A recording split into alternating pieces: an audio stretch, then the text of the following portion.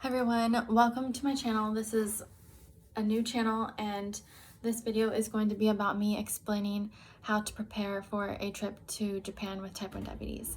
I have recorded this video many times and so now I'm probably going to be talking really fast because I'm like kind of tired of re-taping this video.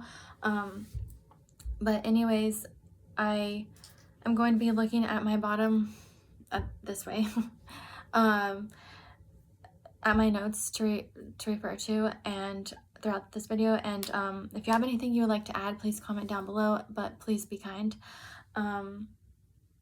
So the first one is to get travel health insurance. I called my regular medical health insurance and they said they provided travel health insurance for me in Japan, so I didn't need to get that because I already had it. But if you don't already have it, you can get that separately. The second thing is to organize your medical supplies and get a doctor's note. So I went to the Ministry of Health, Labor, and Welfare of Japan website, mhlw.go.jp. Sorry for the background noise. And I did that because I was checking all of my prescriptions and medical supplies and devices were legal in Japan, because your medical supplies could be legal in your country but not in Japan. And then also I determined how much medical supplies and devices and prescriptions I wanted to bring, because you can only bring up to a certain amount to Japan, and then if you want to bring more you have to fill out a form.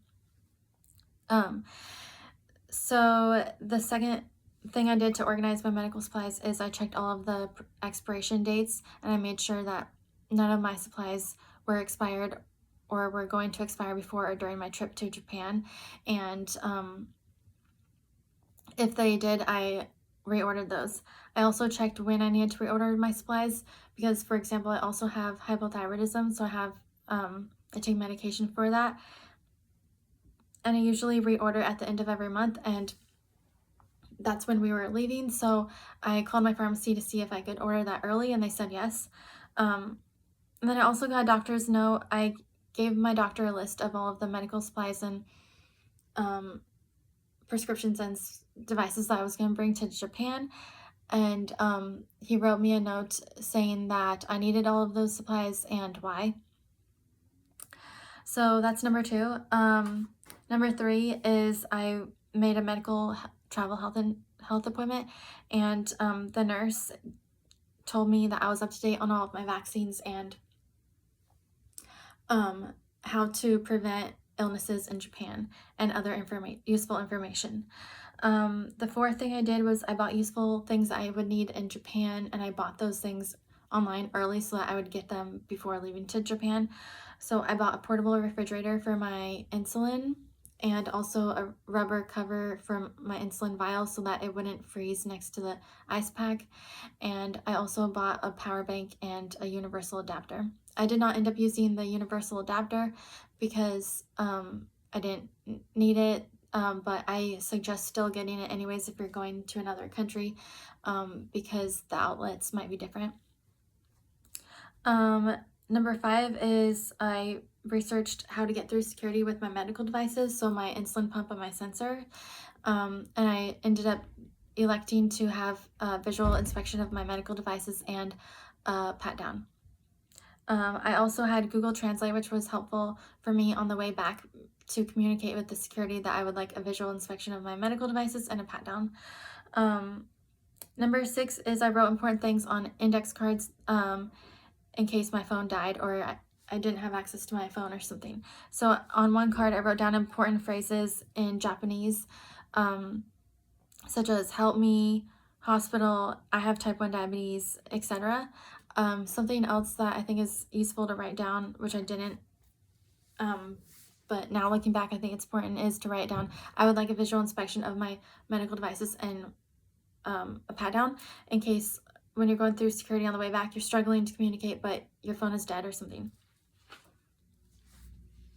On another index card I wrote down important contacts, so I wrote down my 2 emergency contacts, and then the contacts of my endocrinologist and PCP, and the Japan lodging and nearby hospitals in Japan and the U.S. Embassy and U.S. Consulate, as well as the number for the police and the fire/ambulance.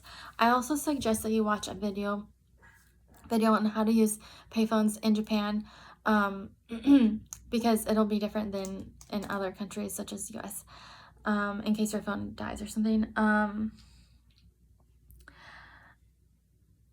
Number 7 is I researched places to eat. Not everyone with type 1 diabetes needs to or wants to eat low carb, but like I find it helps me manage my diabetes more easily, but it's not everyone needs to do that.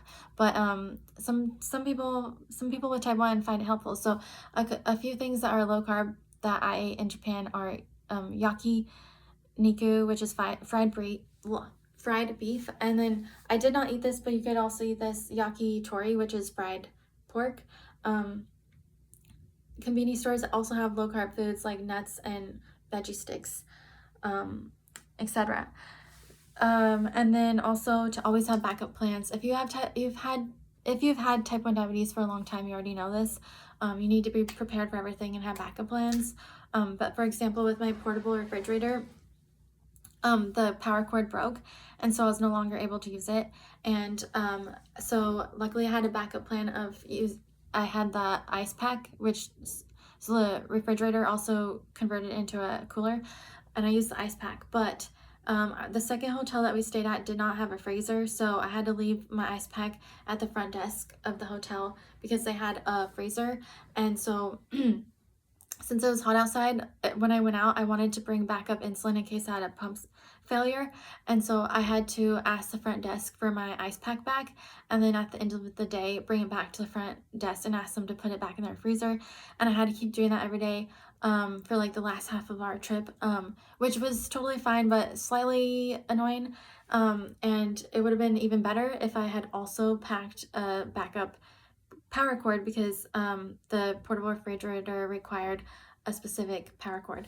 But that's just an example. I'm sure you can think of more examples, and thank you so much for listening through all this.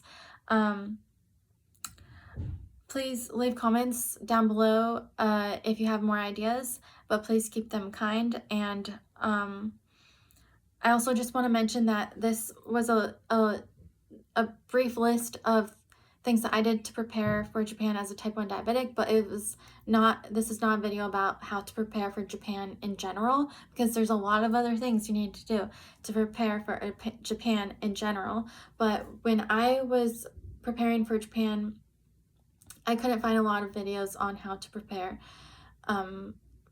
for managing type 1 diabetes while going to Japan. So that's why I'm making this video. And yeah, I hope you found it helpful, and thank you so much. Bye.